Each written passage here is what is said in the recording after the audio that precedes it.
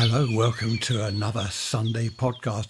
Perfume, fish and chips. Do you remember when perfume was called scent back in the old days? Do you remember when fish and chips was wrapped in newspaper? Well, that's what this episode is not all about. No, I mustn't lie. It's not all about perfume and fish and chips.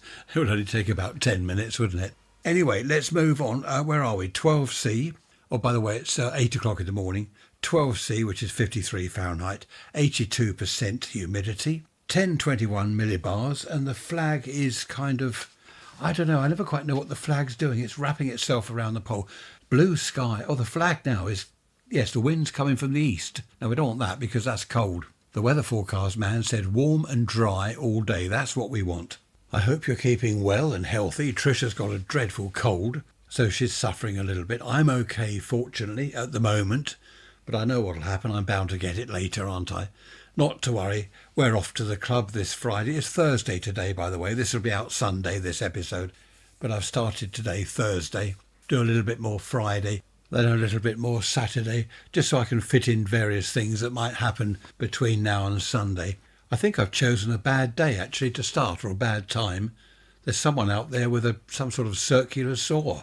The other day we had a chainsaw chopping trees down. Now we've got a circular saw. What was that record? Our house in the middle of our street. There's always something happening and it's usually rather loud. I forget who did that one. Anyway, as I was saying, I hope you're keeping well. Hope the weather's all right where you are. Of course, down in Australia, I know you've got your summertime coming any minute now, so that will be nice. I did say I wouldn't go to the club again, didn't I? Because of the noise, the loud music, everything's so loud. People are loud, the music's loud. We haven't been for a while. And Trisha wants to go, her sister wants to go, and her sister's husband, and another chap, Dave. Hello, Dave. I know you're listening sometimes. So we're all going along to the club on Friday evening. Thanks for all your emails. Lovely to hear from you. raiserants@protonmail.com. Dave in Shropshire. Well, Shropshire. No, it's not down West Country, is it? Where is Shropshire? Shropshire. I don't know where it is. Look it up on the map. Dave says, do you remember the car dump in the old days? I do. We had a car dump. I think I've mentioned this before, haven't I, Dave? Go over there on a Saturday or a Sunday with your toolbox, and there's cars piled high on top of each other. You climb up them, they're all swaying about, highly dangerous. No health and safety, of course. You go up there with a spanner or whatever it is you're doing, take bits off an old car, get covered in oil and filth. There's puddles everywhere, all the ground black with oil. So you take your bits to this shed place, and the chap says, 10 bob, you give him a 10-shilling note. We did talk about this recently. Maybe that's what prompted you, Dave, I don't know. But they were good days going over the car dump on a Sunday. It was almost like a club, actually. People would meet up there on Sunday morning. I think they opened at 10. People would meet up there. Hello, Richard, you right? Yeah, I'm after a starter motor for the old Bedford van.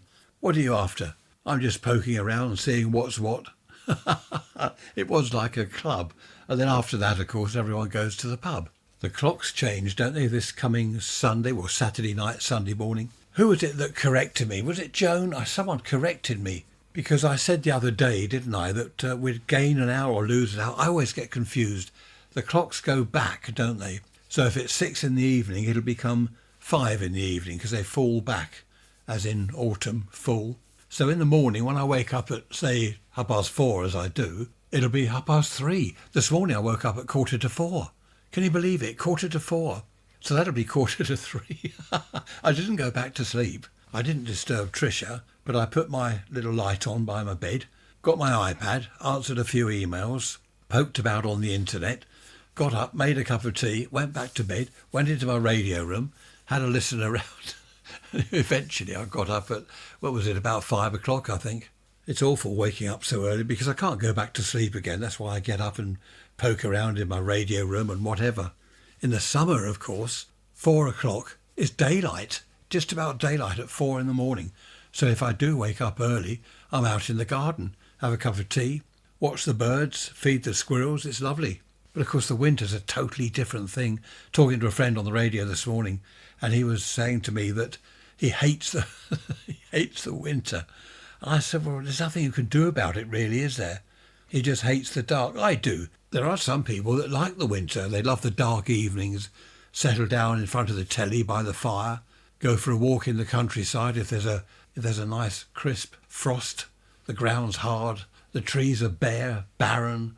I suppose it does have a nice side to it. It's just that it goes on for so long. I said to him, we've got Christmas. Oh, mustn't mention the C word. We've got January, February, March. They are the horrendous months, aren't they? Well, they are here in the UK. They're awful. Cold, dark, wet, horrible.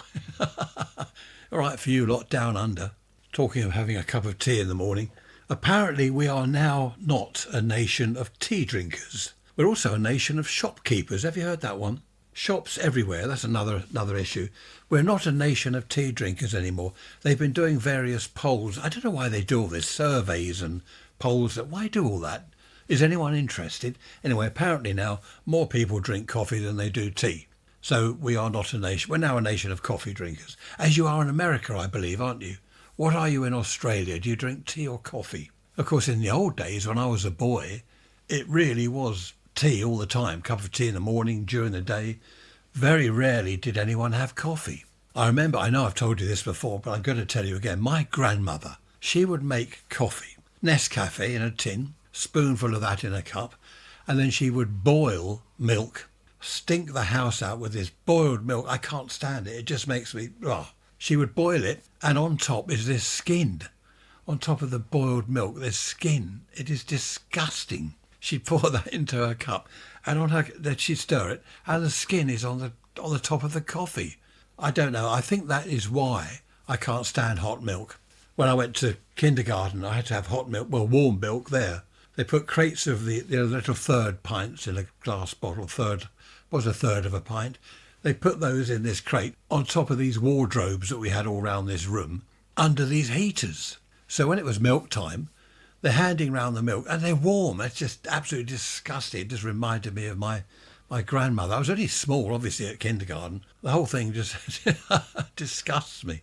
I like a cup of tea in the morning, and then perhaps a cup of coffee during the day. Talking of a nation of shopkeepers, we had shops everywhere in the old days. We've got a lot of shops still, but half of them are closed. They're boarded up. I don't think there's what do they call it, footfall, isn't it, the amount of people walking past.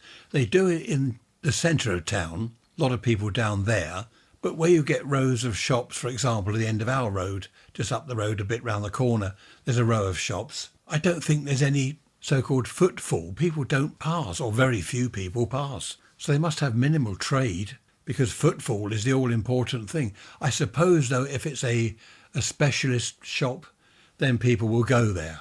They don't just pop in because they're passing. They will make a point of actually going to that shop. But if you're just a sort of general shop selling nothing, well, bits and pieces, uninteresting rubbish, who's going to go there?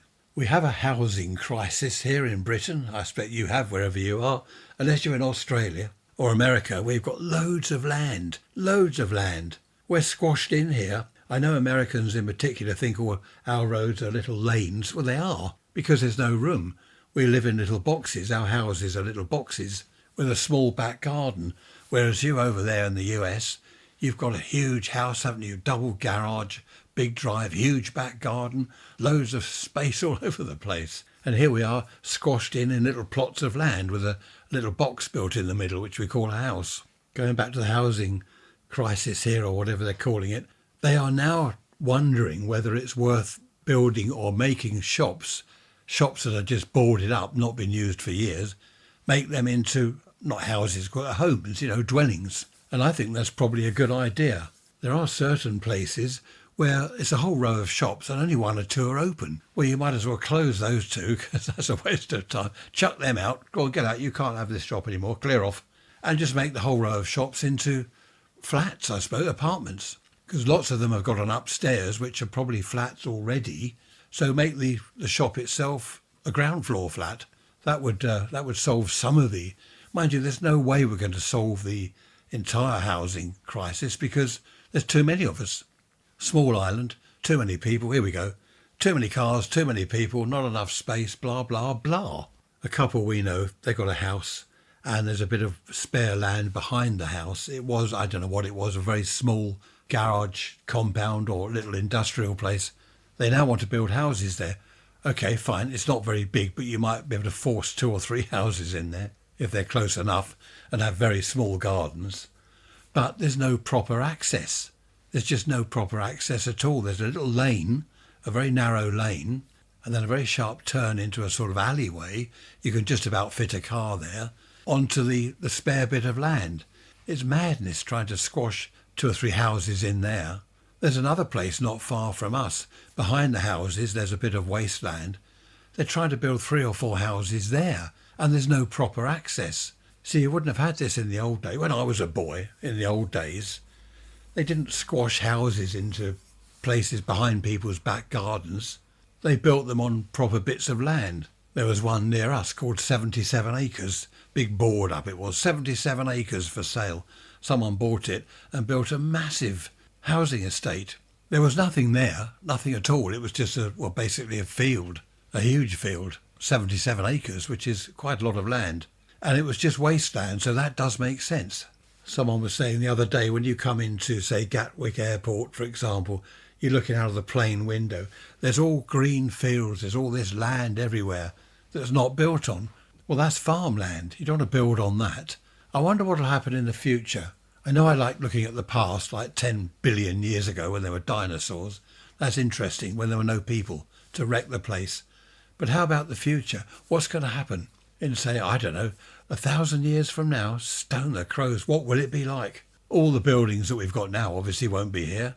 Well, they won't last 100 years the way they're built. I wonder what things will be like in 1,000 years' time. That's if we're here and we haven't blown ourselves up. I was talking to my sister-in-law about fish and chips, just going back to fish and chips. I said, I showed her a picture online of some kids outside a fish and chip shop on their bikes, all eating the chips out of newspaper. And I was saying, look at that, happy days. And she said that they were cooked in lard. They were, weren't they? Lard. And I do remember on the news more than once, fish and chip shop owners were being busted because they were cooking chips in engine oil, some sort of cheap engine oil or something. I think it was clean. It was new engine oil, not old filthy stuff that's black. But some fish and chip shop owners got busted for that. Yes, it was lard, wasn't it? Huge lumps of lard. What is it these days? It's sunflower oil, seeds, oil from something or other, I don't know. In my teens, we used to leave the pub. We got chucked out at 11 o'clock, leave the pub, and then go for a Chinese or go to a local chip shop and and stuff our faces with that. I couldn't do that now. I couldn't eat a curry or a Chinese meal or a load of fish and chips after the pub, say 11:30 at night, then go to bed. Struth, I'd need a week off to recover. Talking of pubs, they're still closing here every week at an amazing rate. They just can't afford to stay open. They can't keep putting the prices up because, as it is, people are just buying from the supermarket and having a drink at home, especially in the summer afternoon, have a barbecue, or in the evening, few people around, barbecue. Why go to the pub where it can cost a fortune? Someone said the other day, what was it, a round of drinks for 3 people, or was it 4 people? I don't know, £30 or more. That's just crazy, 30 quid. I remember when it was 16 pence a pint. In fact, I remember when I was at the boys' club, what was I, 12, 13, you could buy bottles of brown ale, I think it was, 1 and 1 pence. That's a shilling and a penny. So, yeah, 12, 13 old pennies, whatever that is, I don't know, next to nothing. Because we used to go into the off-licence at that age. Can you imagine, 12, 13? The bloke in there didn't care. He knew we were from the boys' club next door. And he'd sell us bottles of brown ale, a shilling and a penny. Here come the dustmen now. I reckon they know when I'm doing a recording. They wait up the road and then drive their cart up here. I came across a photo the other day online. A chap in a hospital bed in the 1950s, and a nurse had wheeled a trolley round, and he was buying cigarettes. On this trolley there's a load of different makes of cigarettes, or different brands. In the 50s, in his hospital bed. How things have changed. You're not allowed to smoke anywhere in the hospital now. They all stand outside. I think they did have a smoking room in our local hospital, but that just got bad with the stench of smoke. It was awful in there. I remember going past it once when I was visiting someone, and just fag ends everywhere. Oh, it was awful. Cigarette ends all over the place. Now they all stand outside the hospital. In fact, I think they've been moved on, because they were all congregating outside the main entrance. I think they've been moved on now to somewhere else. But how about that? Nurses wheeling a trolley around on the hospital wards, selling cigarettes to the patients. Of course, they also had beer, didn't they? Guinness, Mackerson or whatever. They used to give them beer in hospital on the NHS, free on the health service. Well, I say free, we all pay for it. How about that? You're in your hospital bed and they bring booze round for you, no charge. Happy days. They're always on about health, aren't they, these days? Healthy eating and exercise. Do you know my grandfather, going back 100 years or more, he used to go down to the beach. He only lived, half a mile from the beach. Every morning, 5 o'clock, and have a swim every morning.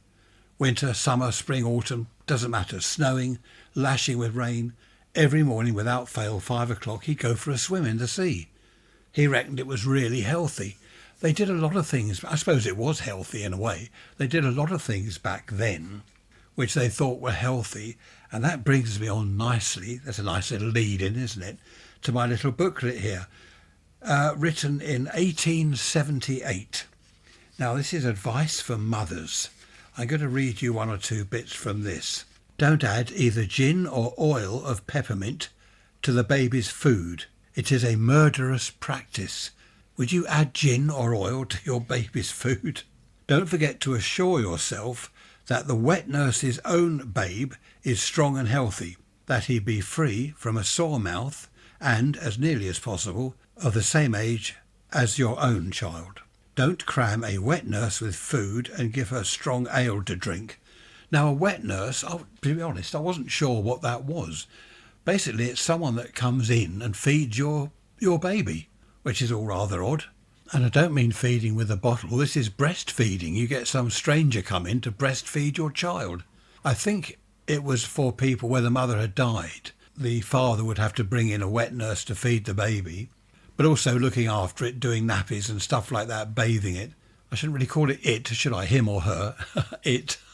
So that's rather strange, but this little booklet is full of bits and pieces. I'll read some more, hang on. Don't have your baby constantly at the breast. This practice is injurious, both to parent and child. Don't resort to broths. What's broth? That's soup, isn't it? They are apt to turn acid on the stomach and to cause flatulence and sickness. They sometimes disorder the bowels and induce griping and purging. Struth. Keep away from soup then. Don't allow your child to take cakes or sweetmeats. Such things both cloy and weaken the stomach. Cloy and... What's cloy, I wonder? I must look that one up. This one's interesting. Don't dress children as men and women. Dress children as children. What do they mean, dress a child as a man or a lady?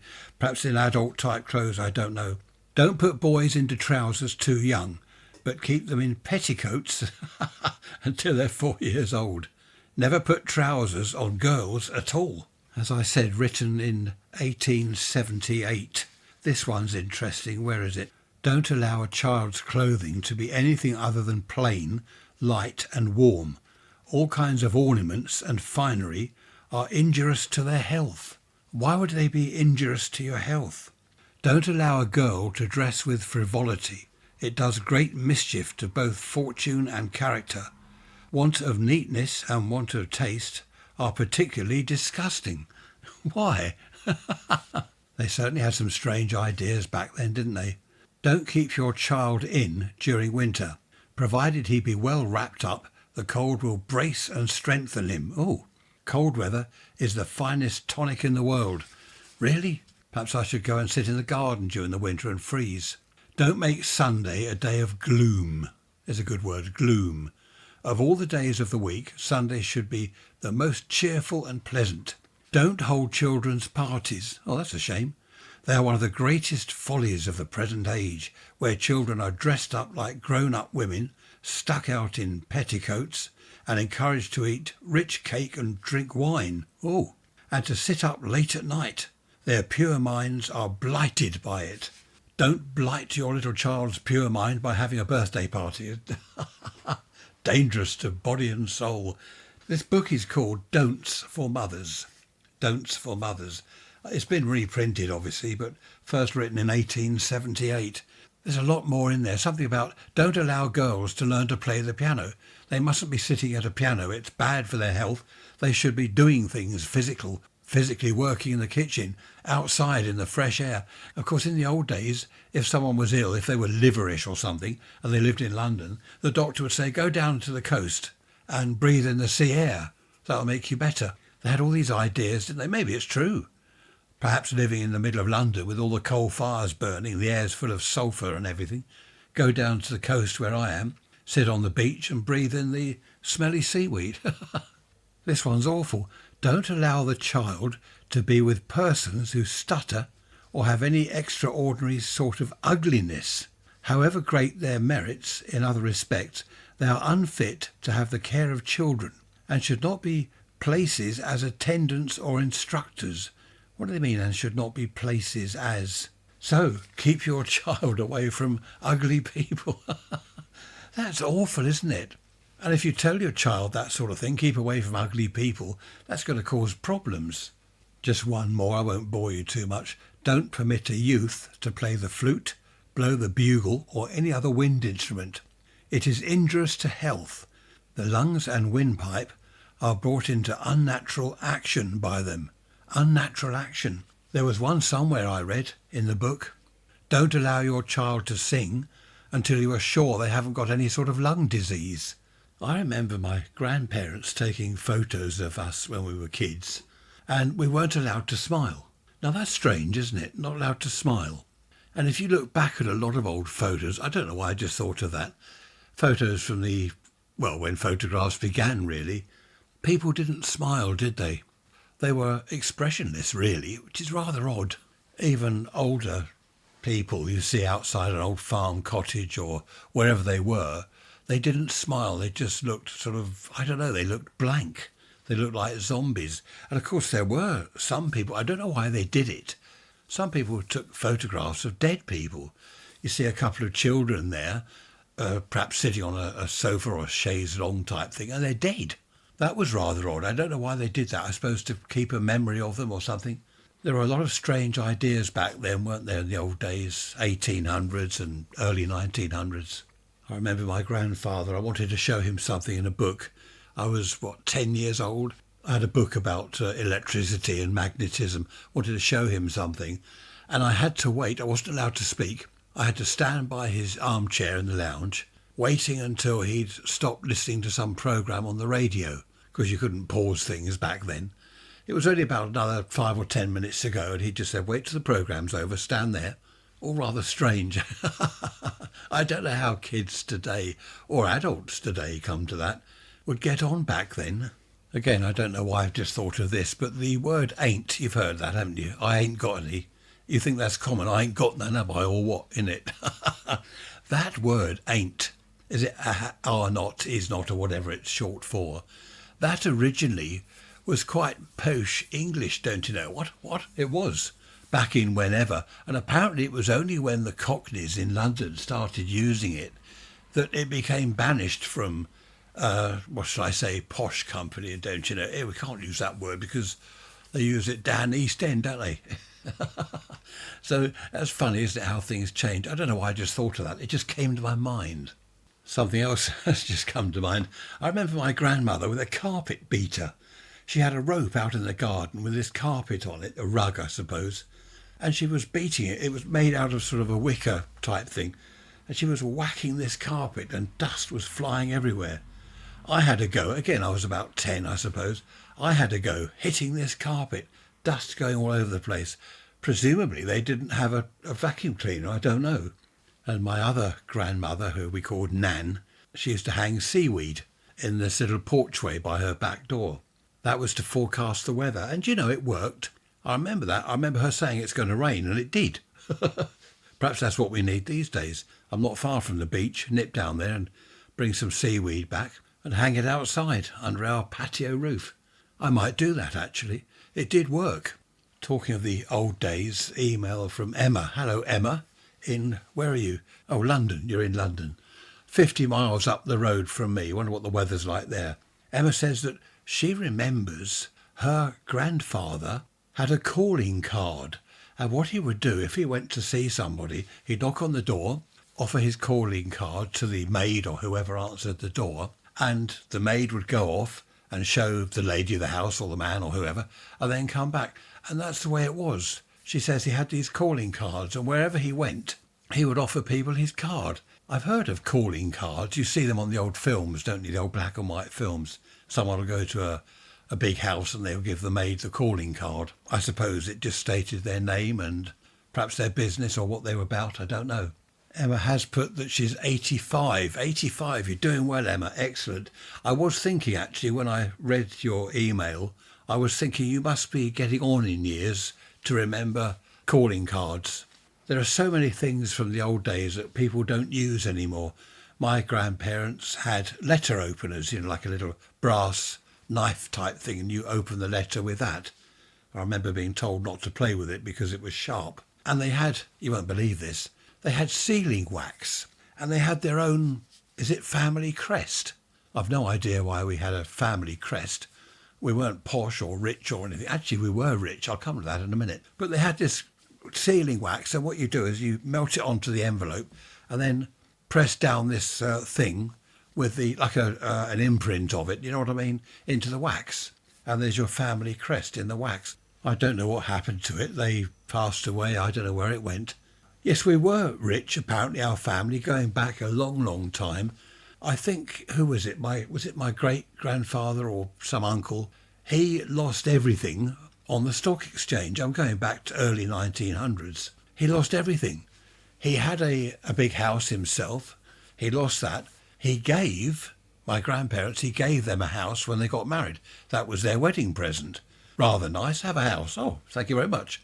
But it was in my grandfather's name. Okay, so when he got into trouble with the stock exchange, he said to my grandparents, his son and his wife, "That's it, you've lost the house. It's going." What do you mean it's going? "I've lost it on the stock exchange." That's the story anyway. I don't know how true it is. But I don't know about rich, but I think the family were pretty well off. Sort of late 1800s and then into the 1900s. So I don't know why I'm laughing. I could just imagine some old boy, on the stock exchange as they did. "Oh, I've just lost everything." "Oh, well, not to worry." We've got Halloween coming up, haven't we? This week, in fact. That's something we didn't have when I was a child. We had bonfire night, firework night, penny for the guy. Do you remember penny for the guy? We'd make up a guy, put him on a trolley, old clothes you'd get from mum and stuff it full of rags or whatever you could find. Kind of draw a face on this pillowcase which was full of straw or something. Take it over to the shops, the local shops, and stand there with a notice, "Penny for the guy." Basically, it was begging. And people used to give us a penny, sometimes more than a penny. We'd have a jam jar, standing with a jam jar, "Penny for the guy." We must have looked like sort of waif and stray type kids, poor kids begging for money from the sort of London slums. I don't know. I've seen a lot of pictures recently online from years ago, slums in London with the children there, literally wearing rags, nothing on their feet at all, just standing in the street, having their photo taken. I don't know who would have taken photos of them, but their clothes were torn. The boys had ripped trousers. The girls had filthy dresses or frocks on. Their hair was all sort of bedraggled. Their faces were dirty. It's awful, isn't it? That was only, 100 years ago, I suppose. Well, less than that, I suppose. When did the slums all get pulled? After the war, I think. A lot of them went then, didn't they? But that's only 100 years ago. You don't see kids with the Guy Fawkes, isn't it? That was the penny for the Guy Fawkes. I don't know where that came from, dragging round on a trolley an image of, not an image, a dreadfully made thing of Guy Fawkes, collecting pennies for him. And you can guess what we did with all the pennies and other loose change we got while standing by the shops. When we got fed up with that, we'd go into the sweet shop and buy a load of penny bangers and firework rockets and all sorts of things. Roman candles. Then go home or go to a field or somewhere and let them off. So we'd stand there for a few hours collecting some money, then go and spend the whole lot. They were happy days. Now tell me what you think. Was that better for kids to go around with this sort of guy thing, collecting pennies and spending it on bangers and letting them off in the local field or park? Or is it better these days, sitting in their bedroom, with their thumbs twiddling around with their iPhone. You don't miss what you haven't had. That comes to mind because I wonder whether kids these days, if they had a choice, if it was really common to make up a guy and go around the shops and collect money for him, or perhaps they couldn't be bothered. What do you think? Raise rants at protonmail.com. In some of the old photos I've seen online, probably 40s, 30s, 40s, 50s maybe, of really poor children, poverty-stricken type children. They've got cut knees and bruises. I saw a little girl the other day in a photo, and she's got a plaster across her knee. Nothing on her feet. They didn't have shoes. Presumably shoes were expensive. Is that right? I don't know why I'm asking you, because none of you were around in the kind of 20s, were you? You were around in the 50s, like I was, albeit young, so I didn't really know about this sort of stuff. But some of these photos, I remember a friend of mine, he lived up in Scotland somewhere, and he reckons he was brought up in some slums. Was it? I don't know where it was. I forget where he lived. He was brought up in like sort of tenement buildings. And he said basically they were slums and they would play in the street. And he said his clothes were just awful. You know, they didn't have a washing machine. They didn't have anything like we've got these days. And he was my age, about my age, in fact. So that's not long ago, is it at all? I suppose these days we hear on the news, don't we, about children in poverty and they haven't got any money and they go to school with no breakfast. They can't afford this and that. Mum's on her own. I don't know where Dad's gone. She can barely afford to pay the rent. That happens these days, doesn't it? It shouldn't be allowed, should it? Surely in this day and age, people should have a better life than that. Trouble is, every government we get in, we're going to fix this, we'll fix that, we're going to sort this out. It's all rubbish, isn't it? No one does anything. Still, we're not going to talk about politics because that's boring. And we're not going to talk about the weather forecast because they all lie. Weather forecast people are probably retired politicians. Do you think? I will get some seaweed and I will tell you the weather forecast with my piece of seaweed next time I'm down the beach. I never go to the beach. I'll have to make an effort to go there. And we'll see just how accurate that is. One thing I do have out in the garden under the patio roof is a weather house, with a man and lady. Now that is pretty good. If the air is damp, the man will start to come out of the house, and you know that rain is on the way. If the lady's out of the house, it's dry.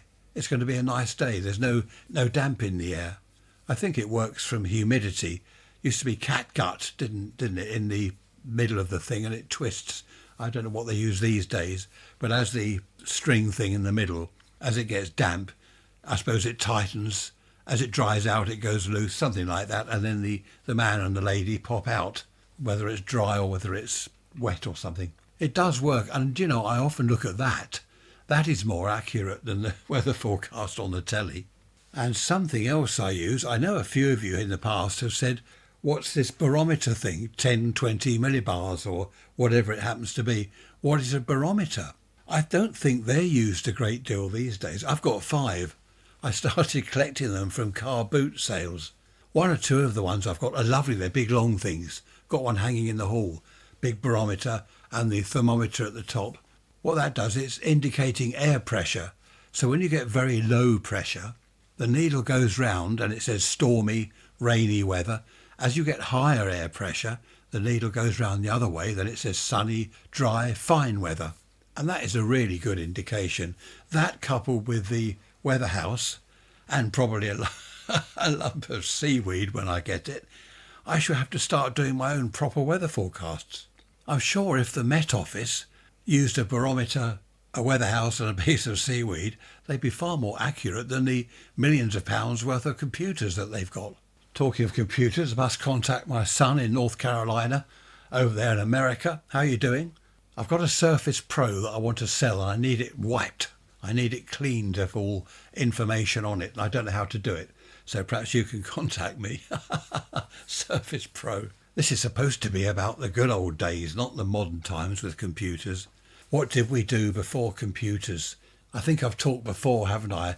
I've said about imagining a bank clerk sitting there with a huge ledger and his quill pen and the ink pot. He's writing in there the figures in these books, the client's name, and he comes in to pay perhaps, 17 and sixpence into his account. So the clerk has to put in there 17 and sixpence. There's the running total of his bank balance, all had to be done by hand, all written in with ink. Lovely, happy days, like Scrooge. Bob Cratchit, was it Cratchit or Cratchit? Bob used to sit there, didn't he, with a pen, scratching away on these big ledgers. I just can't imagine anyone doing that these days, can you? In fact, I was talking to a chap only this morning in Italy on my radio. He was calling and I answered him and all I gave was my call sign and he said, "Hello, Ray." He got my name, obviously from a computer, because if you put my call sign in there, it gives you the details of me, my name and stuff like that. So he must have had this come up on screen immediately. All I did was say my call sign, "Hello, Ray." Computers are everywhere, aren't they?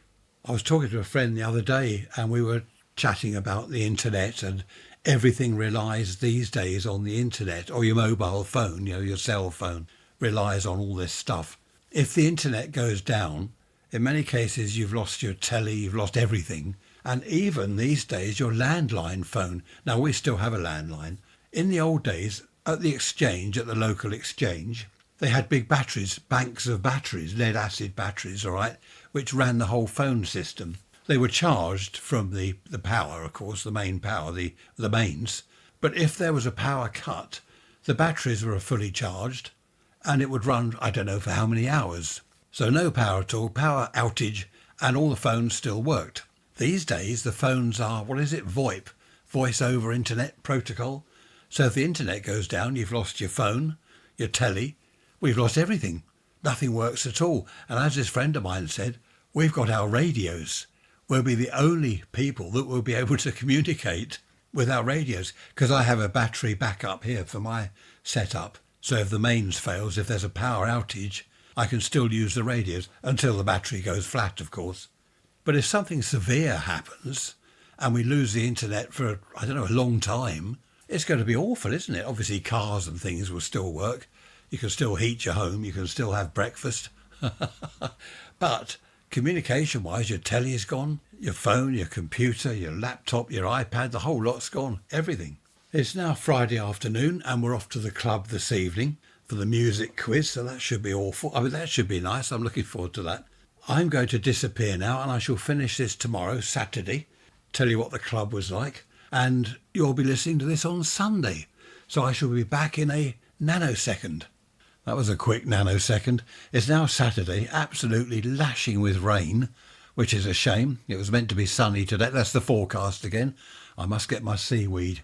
The club was okay. We didn't win the quiz. We won a £5 for some one line on a bingo thing or something.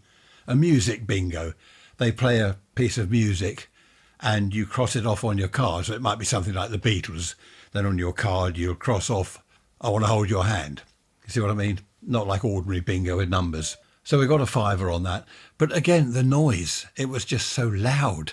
The chap does the quiz very well. It's all very well organised and everything. But it's just too loud for me. I don't know. Other people don't seem to mind. It just seems to be me. Now, where's my little book? I've got to read you this. I know I said I wouldn't bore you anymore with this. Change glasses. Isn't it awful? Don't encourage your daughter to attend balls. They induce young ladies to sit up late at night, to dress too lightly, and thus, thinly clad, they leave their homes for a suffocating hot ballroom. Listen to... I don't know what people from the 1800s would think of discos that we have today. Here we go. Their partners, the brilliancy and the music excite their nerves to unnatural action. And what is the consequence?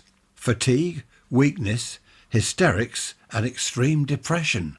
Well, have you ever had extreme depression and hysterics because you attended a ball or a disco or a dance? Happy days. I don't think I'd like the 1800s. I wouldn't like to have lived back then, would you? Unnatural actions in young ladies. I wonder what that means. Unnatural actions. Stone the crows. Honestly, some of the discos, the nightclubs I went to, talking of loud music, what would the people in the 1800s think of miniskirts? Talk about lightly dressed or something, lightly clad. The music was loud at the nightclubs in the 60s, but not... I don't know what the difference is. It wasn't so loud, it distorted your eardrums. The music was good. The quality of the music was pretty good, but you could have a chat. You could sit at tables away from the dance floor and it wasn't quite so loud there. I don't know what it is. I think it's because they have speakers up on stands, don't they, up on big poles, and they're facing directly at your ears, sort of thing, at the audience. I don't know. Anyway, whatever it is, it's too loud for me. Change of subject. Do you remember I was talking about furniture a few weeks ago? Second-hand furniture. Most of the furniture we have is second-hand. Apart from things like our bed, we did buy a new bed. But I'm not going to spend hundreds, thousands on a three-piece suite. We got ours for 200 quid. Lovely sofa, beautiful leather sofa with an amazing wooden frame and a puffet thing. What is it? A puff or something? Can I say puff? And armchair and stuff like that. 200. What was it? 210. And that was delivered. And it's second-hand, of course, but in perfect condition. Nothing wrong with it. And I reckon new that would have been, I don't know, a couple of thousand. It really is nice. The point of my mentioning this is because someone popped round the other day, looked at our dining room table, and he said, "Oh, there's a cigarette burn in the middle of the table there." And he said to me, "Did you do that when you smoked?" I said, No. The table came from a pub in, was it Rustington or Littlehampton? It came from a pub, and it was the table that a couple of old boys sat at with their pints and their cigarettes, and they'd have a good old yarn, a good old chat over a few beers. And when the pub closed down, they didn't want to throw the table out, so they put it on, I think it was eBay or some local market thing, and we bought it, £20. And the woman that sold it to us, she said, "I'm sorry about the cigarette burn." And I said, no, that's history, isn't it? That's history. Those two old boys, who apparently were no longer around, they'd passed away, that was part of their routine, their life, wasn't it? I like things like that. Obviously, I wouldn't want all our furniture to be covered in cigarette burns, but that's where they sat with their cigarettes and their beers, and they put the world to rights. I think that's rather nice. Just heard something daft on the television earlier. Office parties for Christmas, okay? People have office parties, don't they? There are now, they reckon, banter police. Banter as in chatting and making jokes between each other.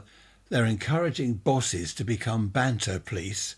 I don't quite know what you do. Do you dial 999 if you hear someone saying something inappropriate? The whole point about an office party is there's alcohol, there's drinks, there's music, it's a laugh, you're unwinding, happy Christmas and all this stuff. And there are going to be some, I don't know, inappropriate remarks here and there. There would be if I was there. There'd be plenty of inappropriate remarks if I was at the party. And they said on the telly, you've got to be careful now, because if you say to someone, say a male said to a fellow office worker, "Oh, you look really nice. That's a lovely dress. Oh, you look really good." She might say, "Hang on, I don't like what you just said. I don't like your tone. I don't like the idea of you looking me up and down like that." And he could get banged up for 1,000 years in prison, hard labour. Well, not quite that bad. But they were saying on the telly now, office parties, they're going to be changing. Well, they have changed, apparently. I don't go to office parties, obviously. This is something else where the fun has been taken out of it. I don't mean rude comments, filthy comments to women. That's obviously not good. But just a compliment. "Oh, you look lovely. I love the way you've done your hair. Oh, yeah, what are you after? Don't like your tone." What a daft setup. What's happened to the world? Honestly, some of these people in the 60s, if they'd gone back in time and joined me in the 60s, I don't know what they'd do. They'd be having hysterics and depression. Oh, dear me. The comedians on the TV these days, I don't find them funny. They have to be careful, don't they, what they say? Might offend someone. I don't know what's happened. It's all gone balmy. Oh, apparently now the government are going to U-turn on their ban on outside smoking. You can't smoke in the pub, so they've set up a little shelter in the garden. You smoke out there. They were going to ban that and ban people from smoking just generally outside in the pub garden. Well, all people would do then is go and stand outside the pub door on the pavement in the street.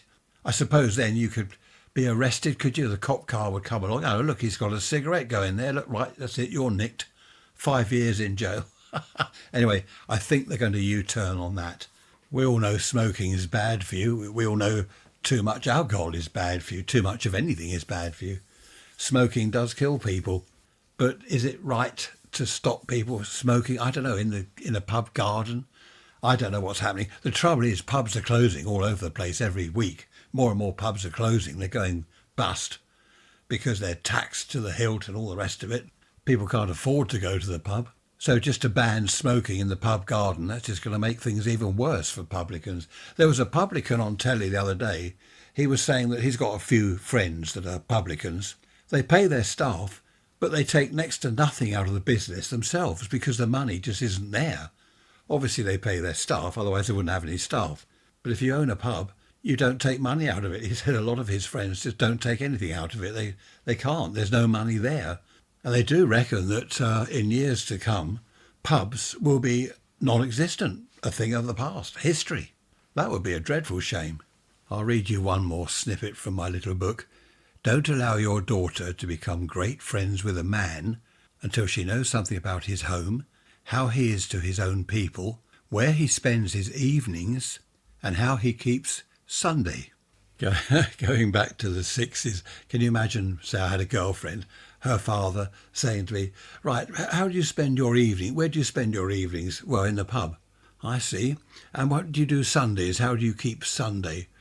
Well, I get up, I run my pirate radio station. I go to the pub at lunchtime, go back down the pub in the evening. Things have changed. I know I keep saying it, but things have changed, haven't they? Not only over the last century or two, but recently, since the 60s, 70s, 80s. Well, since the 90s, things have changed dramatically. Oh, that's what I was going to tell you about office parties. They were saying on the telly, I don't know where they get these figures from, apparently 50% of people are single. I don't know how they work that out. But anyway, let's say that's true. 50% of people are single. Why? Because things like these office parties, in the old days, you'd have your office party, you'd see a young lady, and you might say, you're looking nice, can I get you a drink? Something like that. You might, to use the old term, you might chat her up. Perhaps a bit of flirting, something like that. And what might have happened is if you start chatting to a young lady, you end up going out together, possibly get married, live happily ever after. Now, if people are frightened to say anything, especially a man at an office party, daren't say anything to a lady in case he gets into trouble, people aren't meeting up. This is what they were saying on the telly anyway. People aren't meeting each other and going out with each other because it's all too frightening and you might get arrested. You might offend someone. I wonder how true that is. 50% of people are single. Do you think that's true? Raise rants at protonmail.com. Have I put anything on the website page? I can't remember now on the website. Have a look there, raiserants.info. Have a look there. I think I've put some pictures on there.